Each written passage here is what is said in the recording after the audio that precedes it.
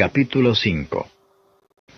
Mas un varón llamado Ananías, con Safira su mujer, vendió una posesión y defraudó del precio, sabiéndolo también su mujer, y trayendo una parte, púsola a los pies de los apóstoles. Y dijo Pedro: Ananías, ¿por qué ha llenado Satanás tu corazón a que mintieses al Espíritu Santo y defraudases del precio de la heredad? Reteniéndola, ¿no se te quedaba a ti? ¿Y vendida, no estaba en tu potestad? ¿Por qué pusiste esto en tu corazón? No has mentido a los hombres, sino a Dios. Entonces Ananías, oyendo estas palabras, cayó y expiró. Y vino un gran temor sobre todos los que lo oyeron. Y levantándose los mancebos, le tomaron y sacándolo, sepultáronlo. Y pasado espacio como de 3 horas, sucedió que entró su mujer, no sabiendo lo que había acontecido. Entonces Pedro le dijo: Dime, ¿vendisteis en tanto la heredad? Y ella dijo: Sí, en tanto. Y Pedro le dijo: ¿Por qué os concertasteis para tentar al Espíritu del Señor? He aquí a la puerta los pies de los que han sepultado a tu marido y te sacarán. Y luego cayó a los pies de él y expiró. Y entrados los mancebos, la hallaron muerta, y la sacaron y la sepultaron junto a su marido. Y vino un gran temor en toda la iglesia y en todos los que oyeron estas cosas. Y por las manos de los apóstoles eran hechos muchos milagros y prodigios en el pueblo, y estaban todos unánimes en el pórtico de Salomón. Y de los otros ninguno osaba juntarse con ellos, mas el pueblo los alababa grandemente. Y los que creían en el Señor se aumentaban más, gran número así de hombres como de mujeres, tanto que echaban los enfermos por las calles y los ponían en camas y en lechos, para que viniendo Pedro, a lo menos su sombra tocase a alguno de ellos. Y aun de las ciudades vecinas concurría multitud a Jerusalén, trayendo enfermos y atormentados de espíritus inmundos, los cuales todos eran curados.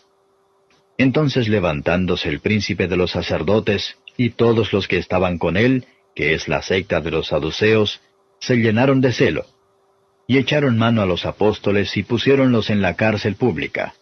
Mas el ángel del Señor, abriendo de noche las puertas de la cárcel, y sacándolos dijo: Id, y estando en el templo, hablad al pueblo todas las palabras de esta vida.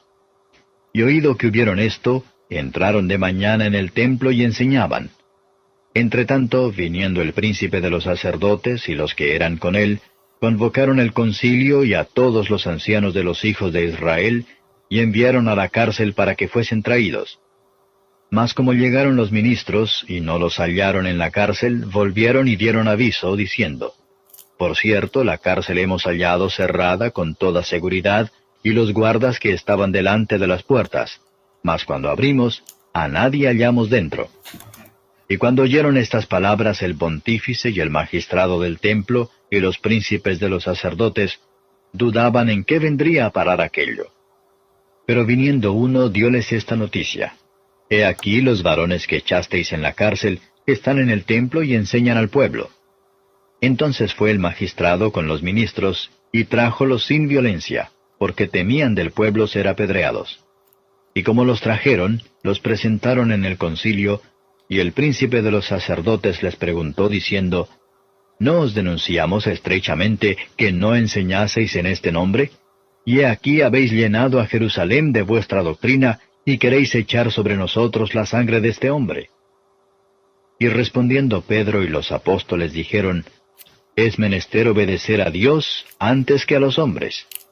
El Dios de nuestros padres levantó a Jesús, al cual vosotros matasteis colgándole en un madero. A éste ha Dios ensalzado en su diestra por príncipe y salvador, para dar a Israel arrepentimiento y remisión de pecados. Y nosotros somos testigos suyos de estas cosas, y también el Espíritu Santo, el cual ha dado Dios a los que le obedecen. Ellos, oyendo esto, regañaban y consultaban matarlos. Entonces, levantándose en el concilio un fariseo llamado Gamaliel, doctor de la ley, venerable a todo el pueblo, mandó que sacasen fuera un poco a los apóstoles. Y les dijo: Varones israelitas, mirad por vosotros acerca de estos hombres en lo que habéis de hacer. Porque antes de estos días se levantó Teudas diciendo que era alguien, al que se agregó un número de hombres como 400, el cual fue matado, y todos los que le creyeron fueron dispersos y reducidos a nada. Después de éste se levantó Judas el Galileo en los días del empadronamiento, y llevó mucho pueblo tras sí. Pereció también aquél, y todos los que consintieron con él fueron derramados.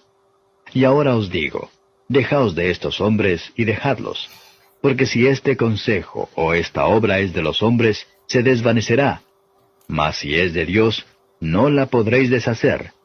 No seáis tal vez hallados resistiendo a Dios.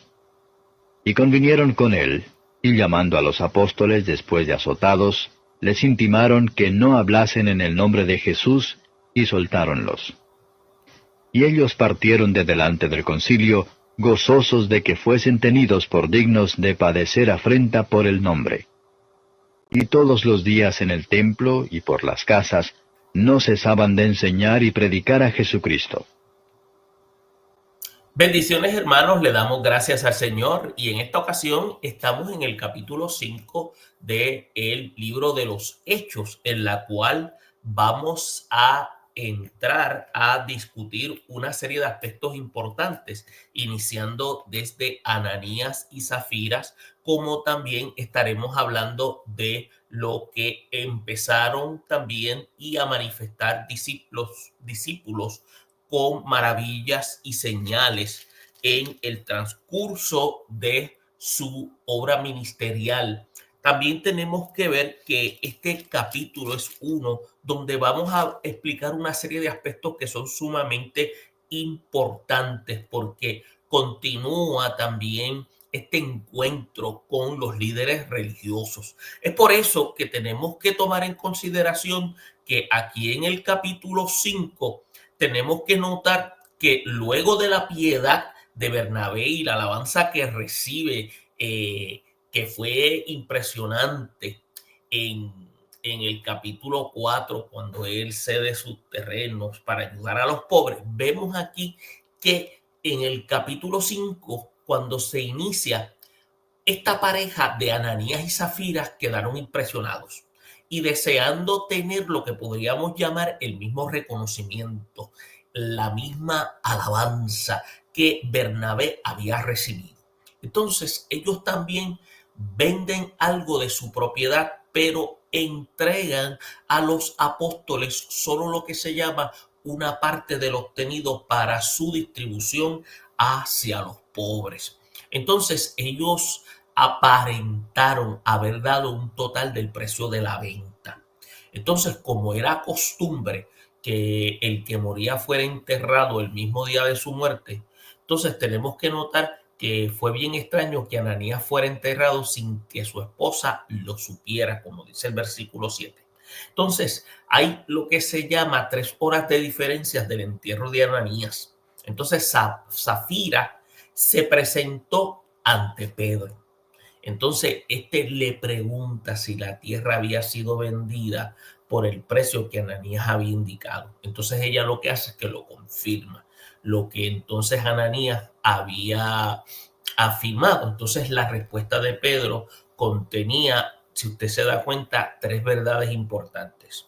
Entonces, había un fraude que implicaba poner a prueba al Espíritu Santo. La muerte y el entierro de su esposo fue conocida por ella en ese momento y se le informó que ella también sería llevada fuera y enterrada. Eh, Quiero señalar, algunos a veces hablan de que esta pareja al morir pues van al infierno. El texto no habla de esto. Y esto es algo que hay que tener bien claro. Ellos lo que reciben de parte del Espíritu Santo es un escarmiento. Y este escarmiento lo que trae como consecuencia es la muerte. Es todo. No hay nada más que eso. O sea, nosotros no podemos ir más allá de lo que el texto no indica. Lo que sucede es que nosotros queremos a veces asumir una serie de posturas que el texto no dice. Y hay momentos donde Dios ejerce actos disciplinarios y uno de estos actos disciplinarios puede incluso llevar a la muerte. Pero la muerte no implica que la persona tenga que ir al infierno. Y es importante porque tenemos que ver que en este caso el Espíritu Santo deja ver que Él es el que administra la obra, Él es el que dirige la iglesia. Por lo tanto, es importante aquí que se deja ver que los apóstoles son simplemente siervos dirigidos por el Espíritu Santo. Por eso es que Safira muere inmediatamente y la entierran junto a su esposo. Por eso es que la muerte de Ananías y Zafira pudo haber resultado como la impresión por haber sido descubiertos públicamente. Por eso es que el hecho de que ambos murieron de manera repentina indica que sus muertes no pueden ser explicadas simplemente por causas naturales. Ahora, Dios puede, tengamos claro, usar lo natural para lograr su propósito. Este incidente lo que enfatiza es el peligro de obstaculizar la obra de la iglesia e involucrar la persona del Espíritu Santo en actos injustos. Ahora, tenemos que ver que Jesús anticipó que el pecado de blasfemar al Espíritu Santo no tendría ningún tipo de perdón.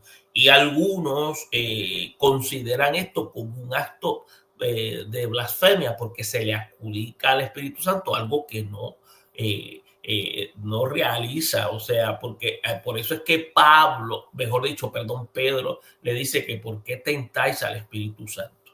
Ahora, y esto pues tiene muchas controversias. Aquí el punto es que mienten y ellos piensan que le están mintiendo a los apóstoles. Entonces, la mentira de Ananías y Zafira son lo que se llama el reverso del pecado de los fariseos, quienes atribuían la obra del Espíritu Santo al diablo. Ananías y Zafira estaban atribuyendo la obra de Satanás al Espíritu Santo. Entonces, en cualquiera de los dos casos, el tratar de usar el mal, el poder divino, tenemos que ver que es bien peligroso. Por eso es que aquí estamos viendo cómo el Espíritu Santo imparte justicia y aquí la justicia trae como resultado pues la muerte de esta pareja. Entonces Pedro explica que Ananías y Zafira no tenían obligación de vender la propiedad y poner lo obtenido a disposición de los pobres. Entonces tenemos que ver que aún después de haberla vendido no había tampoco la obligación de entregar toda la cantidad obtenida para su distribución. Ellos pudieron haber entregado 1% nada más y haberlo dicho. Entonces ellos podían haber decidido dar solo parte a la iglesia, lo cual hubiese sido una acción noble también. Ahora, el pecado aquí fue la hipocresía y aparentar haber dado más de lo que dieron. Entonces, ellos estaban viviendo una mentira. Entonces, Pedro señala más adelante que ellos mintieron al Espíritu Santo. Entonces, aparentemente habían afirmado que el Espíritu Santo les había inspirado a vender la propiedad y dar lo obtenido por la venta a los pobres. Ven ahí, o sea, utilizar a la persona del Espíritu Santo como que los había inspirado. Entonces, Pedro indica que no habían mentido a los hombres, sino que habían mentido a Dios. Entonces, habían tratado de hacer partícipes al Espíritu Santo de su propio crimen. Por eso es que en el versículo 11 usted nota que contiene una referencia en el libro de Hechos a esta nueva comunidad de creyentes como una iglesia. Y esto es importante porque iglesia en Hechos 2:47, que es lo que se utiliza como iglesia, asamblea, no se usa aquí. Aquí lo que se afirma es que el Señor añadía cada día al grupo de los salvados. Por eso es que en la Reina Valera se usa ese término, aquellos que habían de ser salvos. Y si me permiten, cuando dice, y vino gran temor sobre toda la iglesia, eso es lo que se usa en la Reina Valera. Por eso es que en algunas versiones se usa otro término. Por eso es importante, es usada para traducir la palabra hebrea como, ¿cómo se dice? Para designar a los que estaban siendo salvos como una nueva congregación de Israel. Entonces estaba siendo lo que se llama notorio el hecho de que el nuevo compañerismo no podía seguir identificándose como una nueva secta del judaísmo. Por eso es que se utiliza esa frase. Es importante también que cuando entramos a los versículos 12 al 16, que queremos abundar un poquito más a ello, la iglesia primitiva continuó experimentando lo que se llama la gracia milagrosa de parte de Dios. Por eso es que las señales, los milagros daban evidencia. Las señales quiere decir esa autoridad que partía el Espíritu Santo para la proclamación, y los milagros eran el efecto de estas señales, de esa autoridad que el Espíritu Santo había impartido sobre, en este caso, los discípulos, ahora apóstoles, ejerciendo esta función como comisionados, y aquellos que el Espíritu Santo tomaba la determinación de querer utilizar, se hacía evidente a través de milagros, ya sea tipos de sanidades y otros tipos de manifestaciones. Daban también lo que se llama esa evidencia continua de que la nueva, digamos así, nueva era del reino ya había llegado. Entonces, ¿qué pasa? El poder de Dios era expresado a través de la mano de los siervos, entiéndase, apóstoles. Entonces, la iglesia había sido amenazada, entiéndase, desde estos grupos de afuera, pero no se había escondido. Entonces, tenemos que ver que su lugar de reunión de la iglesia era al aire libre. Por eso es que se utiliza el pórtico de Salomón. Entonces, el grupo mencionado en el versículo 13, cuando escuchamos en el audio, dice: de los demás ninguno se atrevía a juntarse con ellos, mas el pueblo los alababa grandemente, porque en el 12 dice: y por la mano de los apóstoles se hacían muchas señales y prodigios en el pueblo, y estaban todos unánimes en el pórtico de Salomón. Entonces, el poder de Dios era expresado a través de las manos de los apóstoles. Por eso es que la iglesia había sido amenazada del exterior. Entonces, el grupo, como habíamos señalado, que aparece en el versículo 7, cuando se utiliza, dice los demás, que es un término que aparece como algo incierto. Quizás posiblemente eran judíos no creyentes que no querían interferir con el trabajo de los apóstoles después de enterarse de la muerte de Ananías y Zafira. Es lo que algunos piensan cuando hacen su análisis del pasaje. El pueblo, quizás los que venían al templo diariamente, tenían a los apóstoles en gran estima. Muchos creyentes continuaron siendo añadidos al Señor. La curación de los enfermos también, y el exorcismo de los malos espíritus también revelaban que el poder divino del movimiento no se había desvanecido, y esto es sumamente importante. Y para que ustedes tengan una idea general, que vamos a entrar un poco en más detalle, desde el versículo 17 y 42 lo que podemos decir es lo siguiente: la orden del concilio de que los discípulos se abstuvieran de predicar a Jesús como el Cristo no fue obedecida. Por eso es que el número de creyentes crecía rápidamente. Por eso es que el movimiento dejó de ser insignificante y había llegado a ser una amenaza bien seria.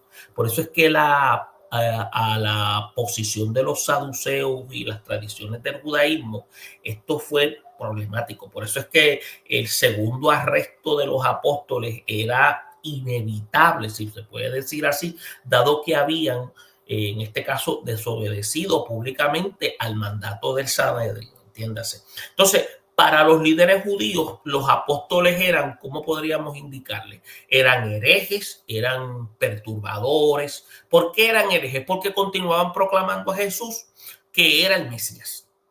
Entonces, y en contradicción con la decisión del concilio de que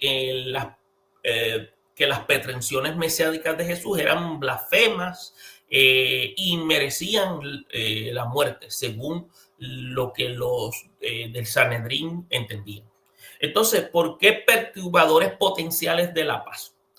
Sencillamente porque el orgullo nacional judío reaccionó fuertemente contra la presencia de conquistadores romanos en la tierra de Judea. Durante, entiéndase, las guerras macabeas, Judea había ganado una libertad parcial de la dominación griega. Por eso es que la gente estaba confiada debajo de un líder como David o Judas Macabeo. Por eso es que el país podía volver a ser libre. Por eso es que si usted conoce un poquito sobre los saduceos temían que el movimiento cristiano popular prácticamente resultara una revuelta de las masas, que sería pues, derrotar, fuera derrotada por los romanos, quienes iban a confiscar sus propiedades. Entonces, acuérdense, los saduceos tenían otros intereses. Ellos eran aristócratas, estaban bien acomodados y ellos tenían esa inquietud. Si esta gente se ponen a levantarse en un acto de sedición contra los romanos, nosotros podemos perder todos los beneficios que tenemos. Entonces, los saduceos estaban más dominados por los celos. Entonces, si su autoridad fuera burlada, iba a disminuir el respeto, iba a disminuir el honor y su posición, el cual ellos tenían. Por eso es que tenemos que entender en esta parte, esta acción de parte de ellos. Por otro lugar, los apóstoles sabían que si regresaban al área del templo y continuaban proclamando a Cristo, iban a ser arrestados. Entonces, los discípulos al orar no habían pedido que el Señor los librara de la responsabilidad de proclamar públicamente, sino que habían pedido que el Señor les diera lo que se llama la audacia de predicar la palabra con confianza. Por eso es que el segundo arresto, que tuvo algunas similitudes como el primero, también hubo varias diferencias. En este caso, solo Pedro y Juan habían sido arrestados la primera vez, pero en la segunda ocasión fueron arrestados todos los apóstoles. Entonces, los saduceos habían tornado esta acción y se pusieron violentos en el segundo episodio y quisieron matar a todos los apóstoles. Entonces, los fariseos estaban involucrados más directamente en esta segunda decisión del concilio. Y es bien interesante porque los apóstoles recibieron los 39 azotes acostumbrados según las normas y se les volvió a ordenar que no hablaran más en el nombre de Jesús. O sea, ellos pensaban que ya habían cumplido con las normas de la ley, le dieron 40 azotes menos uno y ya váyanse, no molesten más. Los apóstoles fueron liberados de la prisión durante la noche por el ángel o mensajero que el Señor había enviado. Entonces se les envió o se les mandó a volver al templo y proclamar el mensaje total de la nueva vida en Cristo. Entonces, a la mañana siguiente, el Sanedrín se llenó de confusión cuando los guardias regresan informando que el edificio de la prisión estaba cerrado con toda seguridad, pero los apóstoles no estaban. Entonces se le informa que estaban otra vez alrededor del templo y estaban proclamando el evangelio. Entonces el capitán de los oficiales de la guardia del templo escoltaron a los apóstoles desde la zona del templo hasta la cámara del concilio. Durante el arresto de los guardias se cuidaron de no usar violencia por temor a ser apedreados por la gente. Entonces también interesante porque estamos viendo cómo Dios está obrando en medio de los apóstoles. Por eso es que los apóstoles fueron interrogados por el sumo sacerdote, quien aparentemente actuaba como presidente del concilio. Entonces esto prácticamente reconocieron que lo que enseñaban los apóstoles mantenía que Jesús era justo. Por lo tanto, los líderes judíos eran culpables de provocar la muerte de un hombre justo, de un hombre inocente. Entonces, ¿qué sucede? Si el pueblo aceptaba las enseñanzas de los apóstoles, ¿qué pasaba? El concilio se vería desacreditado. Entonces, nuevamente, aparece Pedro hablando por el grupo y afirma, diciendo, es necesario obedecer a Dios antes que los hombres. Entonces, cuando Pedro afirma con acto de valentía la enseñanza de que Dios había trastocado la acción del Sanedrín que llevó a Jesús a la muerte, Pedro entonces había experimentado lo que se dice el gozo y el poder de la nueva vida mediante la fe en Jesús, y ahora estaba proclamando con audacia de que Dios exaltó a Jesús como príncipe y salvador. Entonces, a través del cual Israel podía recibir el perdón de los pecados antes que los hombres. Entonces, surge la pregunta, ¿significaría esto que los cristianos deben hacerse desobedientes a la ley civil para poder obedecer a Dios? Entonces vemos que Pedro lo que hace es que afirma que la lealtad a Dios sobrepasa la lealtad al país, la familia y los grupos sociales y políticos. Y esto es bien importante que lo tengamos bien claro. Entonces, esta afirmación valiente de parte de Pedro en cuanto a los líderes que eran culpables de asesinato era mucho más de lo que ellos podían aceptar. Entonces, ellos decidieron llevar a los discípulos a la muerte. Pero el sabio consejo de un hombre llamado Gamaliel es lo que impide esta decisión tan drástica. Entonces, Gamaliel, que era de la escuela de Hiler, que era el principal vocero de los fariseos, era probablemente el nieto de Hillel, quien seguía una interpretación más liberal que su maestro rival. Prácticamente Gamaliel fue también un maestro del apóstol Pablo, según Hechos 22:3, y eso más adelante estaremos hablando sobre ello. Pero Gamaliel lo que hace es lo siguiente, le recuerda al Sanedrín que Dios tenía poder para hacer su voluntad y que su voluntad se iba a llevar a cabo no importara qué. Entonces, a menudo los hombres cometen errores por estar demasiado ansiosos por hacer la obra de Dios.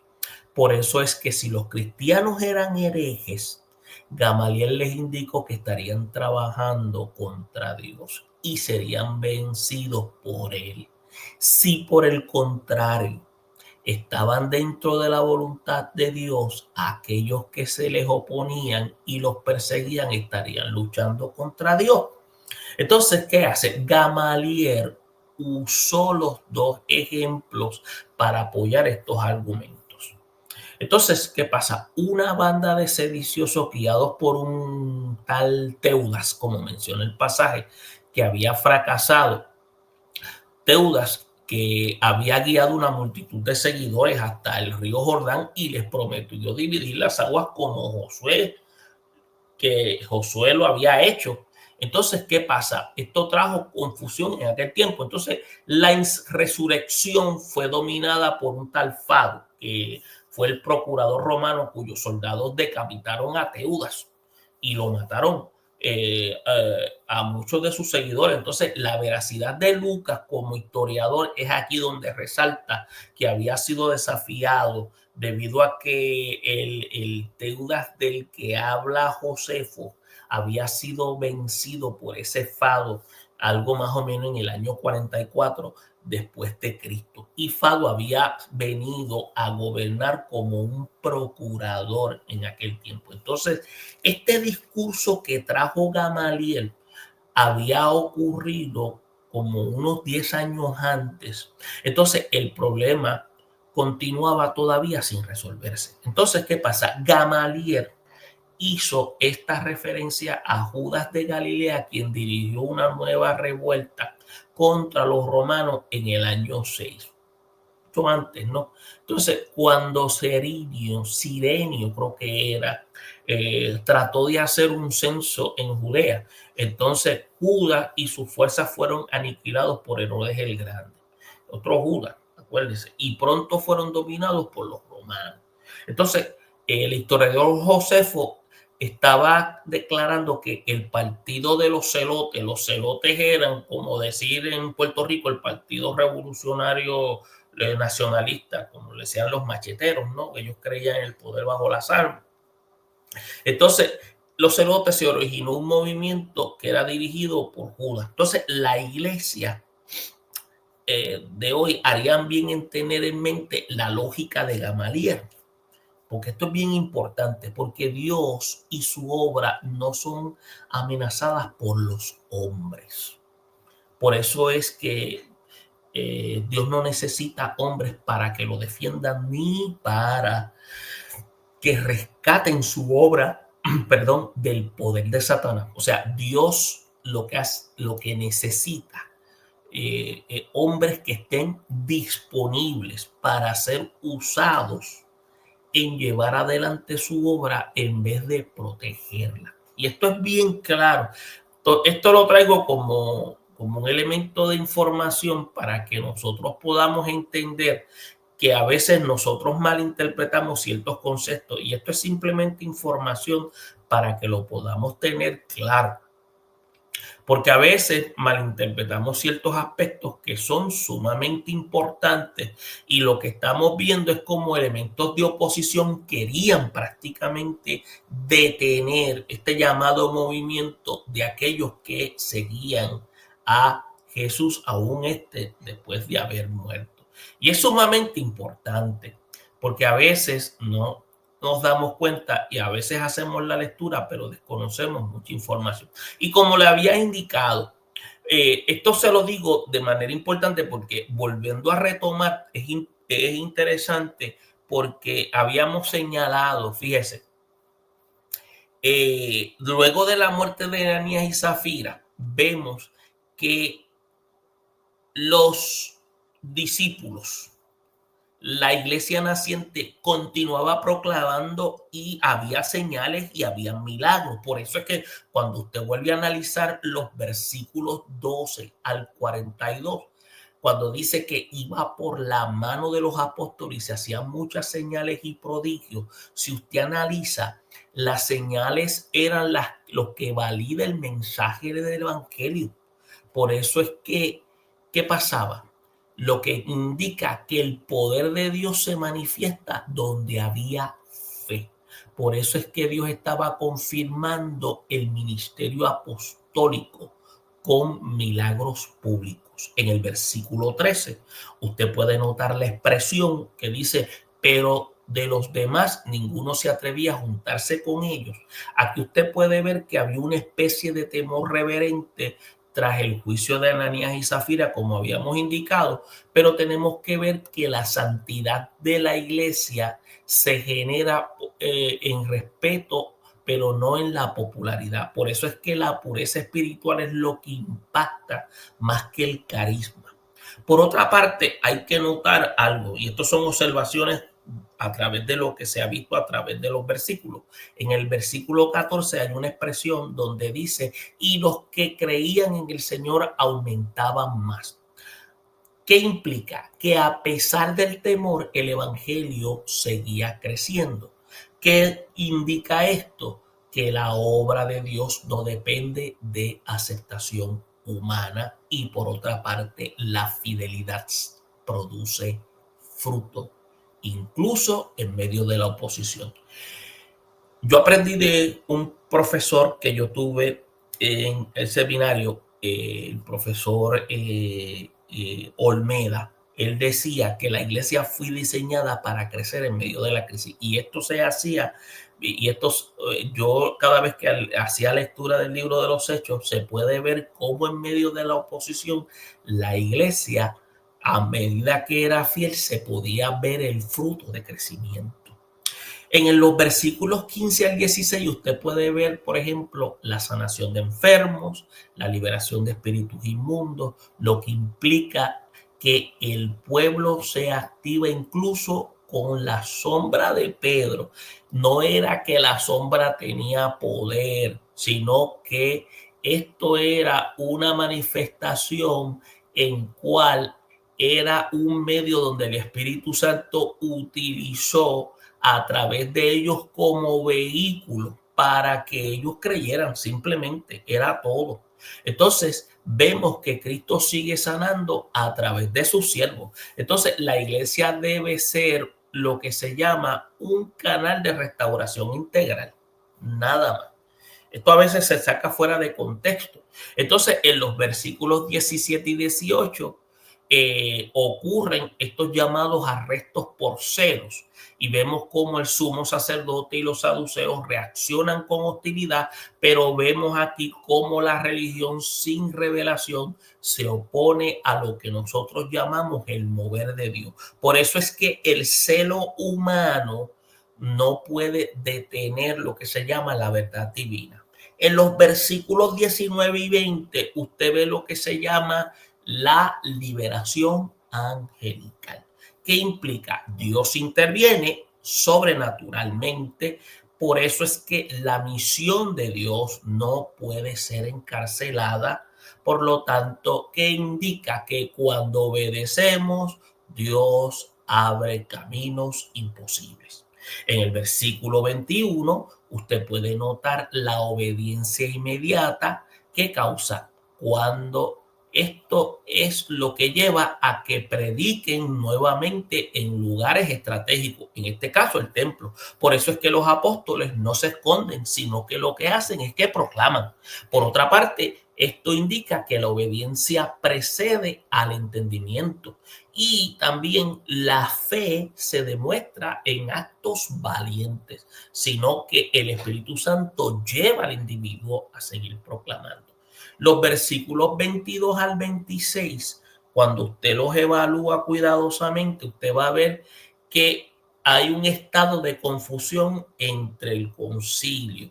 Los apóstoles están libres, lo cual ¿qué indica? Que el sistema religioso no puede controlar el mover de Dios. Entonces, ¿qué sucede? La providencia divina desconcierta a los poderosos. Y usted tiene que entender que Dios tiene la última palabra. En otro sentido, Dios tiene control de todo sobre su ministerio, porque Dios es el que rige, Dios es soberano.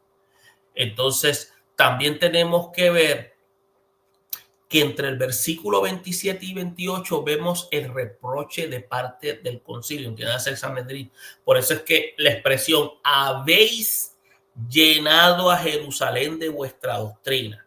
Esto es que el evangelio había impactado la ciudad. Vemos que la verdad no puede ser contenida y vemos lo siguiente a manera de pregunta. La enseñanza está transformando el entorno, la enseñanza del evangelio de Jesucristo. En los versículos, y en este caso el versículo 29, vemos a Pedro cuando dice: es necesario obedecer a Dios antes que los hombres. Esto lo que indica es declaración, es central, y vemos la autoridad divina nuevamente superando la humana y vemos esto a manera de pregunta. ¿Estamos dispuestos a pagar el precio para obedecer? Ellos estaban dispuestos a pagar el precio. Ellos subieron el estándar a pagar con su vida.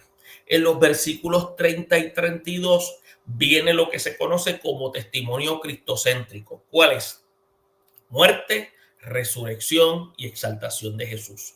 Por eso es que Pedro predica el evangelio completo, que es muerte, resurrección y exaltación de Jesús, y habla del Espíritu Santo que da poder para testificar, y el mensaje debe tener a Cristo como centro. Una cosa es cristocéntrico y una cosa es cristotélico. Una cosa cristotélico es que apunta a Cristo y una cosa es que habla directamente de Cristo, de la persona Cristo.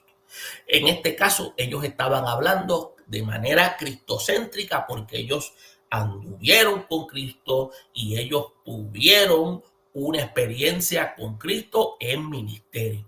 Entonces, en el versículo 33 al 39 se habla que del consejo que da el doctor Gamaliel y habla de la prudencia ante lo que podría ser Dios. Por eso es que usted ve aquí una voz de sabiduría ante la oposición, y usted puede ver cómo Dios puede utilizar a los no creyentes para proteger su obra, y puede incluso hacer lo siguiente: no luchemos contra lo que Dios está levantando, le está diciendo.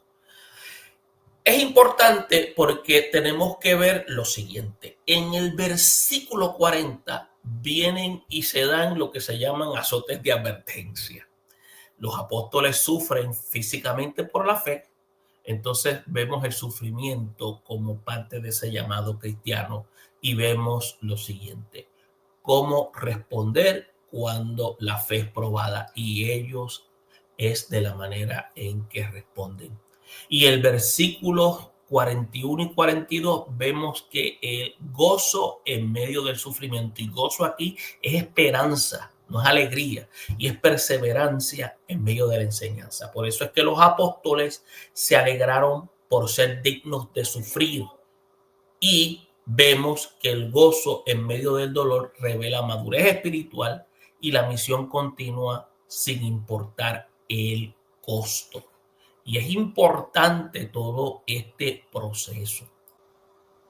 Por eso podemos decir cómo podemos observar la función del Espíritu Santo en toda esta faceta del capítulo 5, tanto disciplinando como capacitando en medio de las situaciones, tanto en el proceso disciplinario de Ananías y Zafira, y como también autorizando y llevando a cabo señales y prodigios, y fortaleciendo en medio de una persecución y medio de sufrimiento en este capítulo 5. Vamos a continuar más adelante en el capítulo 6, donde vamos a hablar de la elección de los 7 diáconos, donde estaremos tocando aspectos importantes y tocando una serie de detalles que deben ser de interés a nuestras vidas para tener una comprensión más clara por qué entonces se hace elección